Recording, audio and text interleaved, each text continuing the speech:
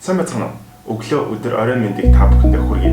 Өнөр боловсролын агентлагийн зүгээс дараагийн бидний хүргэх сэдв юу вэ гэхлээр тэтгэлэг байна. Тэтгэлэг гэж яг юу вэ? Ямар төрлийн тэтгэлгүүд вэ гэдэгтээ бид энэ удаагийн бичлэгээр хүргэх болно. За, тэтгэлэг гэдэг зүйлийг инженеэрээр ойлгоод үзэх юм бол ямарваа нэг байгууллага эсвэл улсаас нэг төрлийн маркетинг гэж ойлгож үзвэл бас та бүхэн болно. Ер нь ямар төрлийн тэтгэлгүүд байдаг вэ гэхлээр яг гоо инженеэр хэдүүлээ 3 төрөлд хуваагаад үзье. Нэгдүгээр нь болохоор засгийн газар хоорондох тэтгэлгүүд байж болно.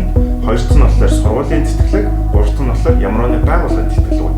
Энэ тэтгэлгүүд хоорондоо ямар ялгаатай байдаг вэ гэдэг хэдүүлээ нэг бүрчл аваад үзье. За, засгийн газар хоорондын тэтгэлгүүд ямар чиглэлүүдээр ерөөдөө байх бололцоотой байдаг вэ гэхлээр жишээлх юм бол Монгол улсын хэмжээнд аваад үзэхэд бол Fulbright-ийн тэтгэлэгч гэдэг юм уу, Унгарийн Степани Мунгаракум, Английн Chevening, Австралийн Awards юм уу, энэ хүү тэтгэлгүүд байдаг. Энэ тэтгэлгүүд дээр хамгийн чухал анхаарах зүйл нь юу вэ гэхлээр Монгол улсын засгийн газрын зүгээс болон тухайн орны засгийн газрын зүгээс ямар чиглэлүүдээр илүү нэг тодорхойлогдсон байдаг учраас хэрвээ таны чиглэлүүд заагдсан байвал та материалаа бүрэн бололцоотой байдаг гэсэн. Гэхдээ бас нэг анхаарах зүйл нь дандаа нөхцлүүд байдаг болохоор нөхцлөө маш сайн уншаарай гэж зөвлөе. Хоёр дахь тэтгэлүүд, сургуулийн тэтгэлүүд.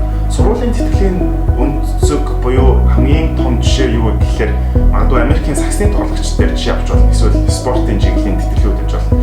Энэхүү тэтгэлгүүд яг ямар онцлогтой, ямар хүмүүс зориулагдсан байдаг вэ гэхлээр хэрвээ та тухайн сургуулийг маркетинг буюу гадаад харилцаа хэрвээ таныг дагдаг, сонирхдаг хүмүүс байвал тухайн хүмүүсээс дамжуулаад олон өөр оюутнууд орж ирэх боломжтой гэдэг үнцгийг гаргаж ирч чадвал ямар ч сургуулиуд танд тэтгэлэг олох боломжтой байдаг гэдэг.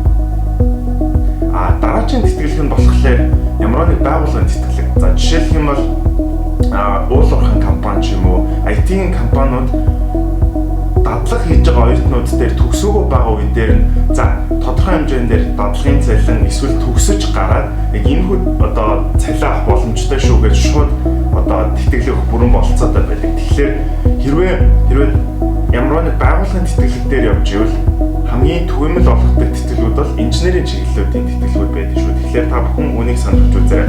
За, удахгүй дараагийн дугаараар та бүхэнд уулзцгаая. Баярлалаа.